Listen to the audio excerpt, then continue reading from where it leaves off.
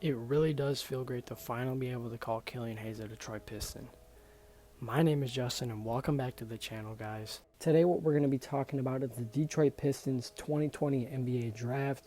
So what we're going to really be just breaking down today is who they took, why they really took them, some guys that they traded up for. I agree with most of the stuff that they did, but there was really just some things that I really did not like.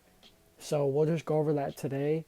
And yeah, I'm really excited to be doing this. I thought that we had a pretty nice draft, and we've also made some other nice moves that I'm pretty excited about. So really, I like the future of this team. I like the way that Troy Weaver is, changing this team. He's kind of going more younger. There are some signings that were kind of questionable, which I'll actually talk about in a different video. But what he seems to be doing is moving on from the players that he's not really, I don't know if you like how to really say it. It would be like, I guess he just doesn't really have a lot of faith in those players.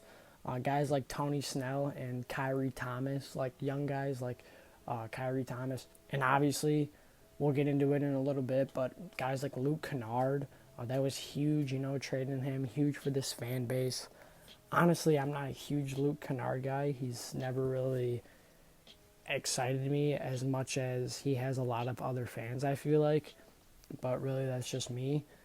So, let's just first get into it. So, with our first selection, really, I was super excited about this one. This is the guy that I want. If you guys see my last video, this was the first guy on my big board, the guy that I thought that would be available, the guy that actually fell to us. I'm super excited about it. Was scared that a team like the Bulls would take him, but we ended up getting him. Killian Hayes, amazing prospect in my opinion. I'm so excited about him. A guy that to me looks like a guy like D'Angelo Russell or someone like Jamal Murray. He's a crafty point guard. Really, he sees the floor in a lot of other ways that the point guards don't. He's a playmaker. He can pass. He'll take you off the dribble. He's crafty with his side steps and his step backs. Really, you can just see it in the way that he dribbles. He just has that.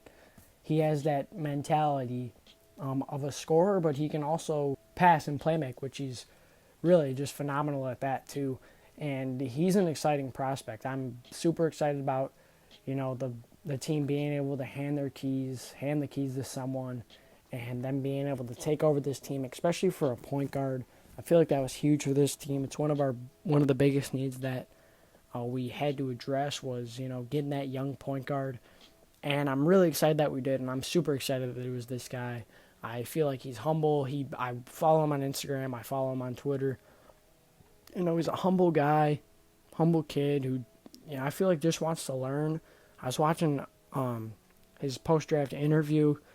Seems like a really cool kid. And it's just, I'm excited for him to be on the team. Great pick. If I had to grade this pick, to me it would be an A+. Really considering the fact that he fell to us in the first place. And just the fact that we desperately needed a point guard. And we took him over Obi Toppin, which I am so happy about. I did not want Obi Toppin, 23-year-old, whatever, Obi Toppin on this team. I felt like we needed to go get a young guy, exactly what we did, and I'm super happy about this draft pick. So next up, the next pick, one that I'm honestly not too happy about. I looked more into Isaiah Stewart because this is a guy that I do want to like. We just took him with our 16th overall pick that we pretty much fleeced the Rockets for. And I'm honestly just not seeing it. I don't like him that much. I guess, he's a good rebounder, but he's undersized for his position. He's only 6'9".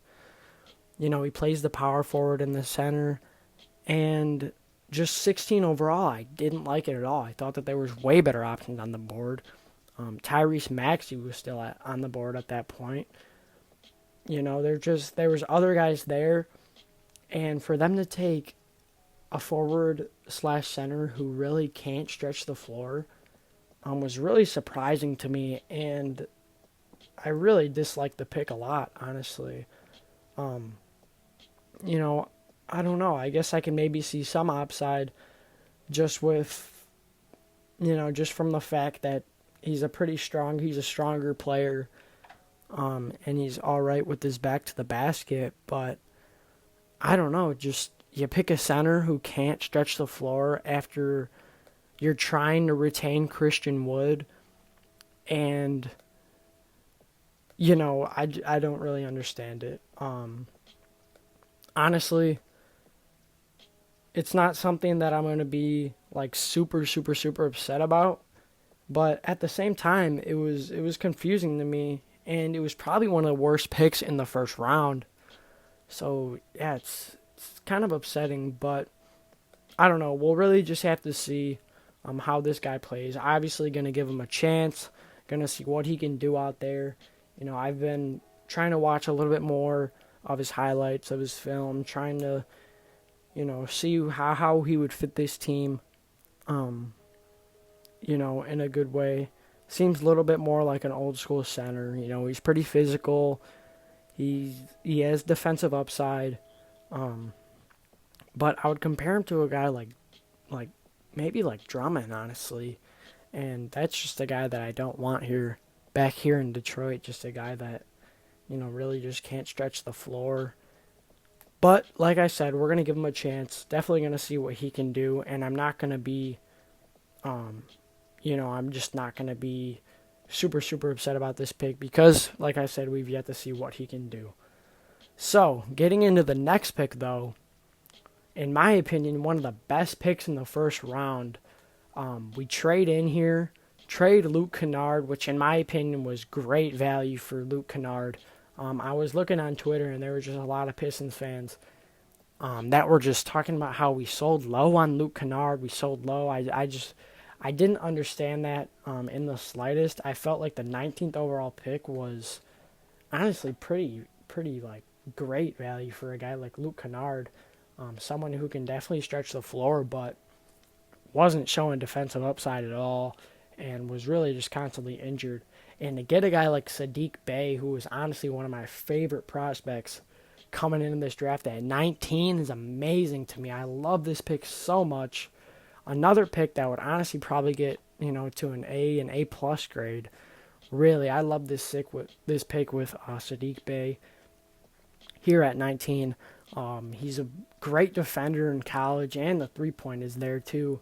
A 3-and-D guy out of college right off the bat. A guy that I feel like can come in the league and is going to be able to produce on defense and can also knock down shots. Really, I can see him playing. I think we'll either play him at the 3 or at the stretch 4. He'll really just have to figure it out over his career what he plays, the 3 or the stretch 4. But this is definitely a pick that I'm very excited about. A guy like Saddiq Bey honestly reminds me a lot of a guy like Tobias Harris, maybe a little bit bigger Robert Covington, a guy like that, a pretty nice 3-and-D guy that's solid on the defensive end and can definitely give you a 3. Really, I like this pick, definitely with the fact that we traded in for him, and Torrey Weaver noticed that he was falling, so he took him. Really a nice pick. I'm really excited about this pick, and I'm excited to see what he can do on the team. A guy from Villanova that's known for being, a very solid basketball program when it comes to just, preparing guys for the NBA. Really high motor guy. He shows it on the defensive end.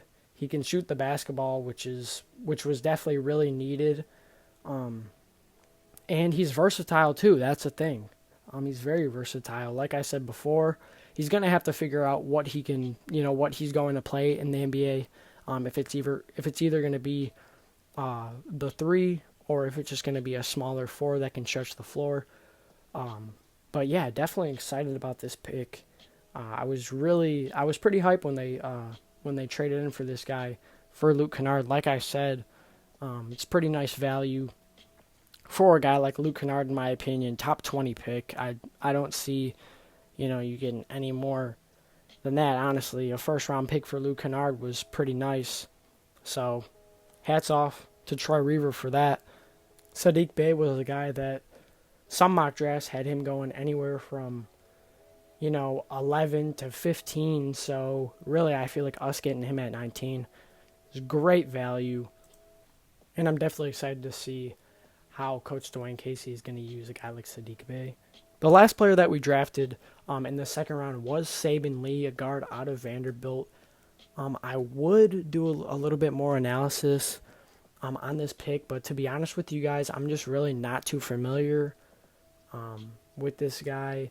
I really wasn't familiar with him in the pre-draft process either. And honestly, the reason why I don't think I'm going to be talking about him today is because I'm not sure if this guy's going to make the roster. If he does, I can see him playing down in the G League. But actually, I just got a thing saying that the Pistons just got DeLon Wright in the sign-in trade. So with Hayes, Rose, and now DeLon Wright, and a few other guys, I don't know. I think it might be tough for Saben Lee to make the roster. But a guy in college who I'm actually looking at it like right now, averaged a little over 18 this season, which is actually pretty nice, and about 4 assists. He is only 6'2", so really, like I said, we'll see what we do with him. I don't know if he's going to be playing down in the G League or what's going to happen with him, but honestly, I just don't see him having a huge role this year on the team, just with guys like Killian and Rose. So that's actually going to wrap it up for today's video. I hope that you guys enjoyed. Thank you guys so much for tuning in. Definitely stay tuned for more because I will be making some more content for you guys, and I'm definitely excited to do that. So, like I said, thank you guys so much for watching, and I'm out.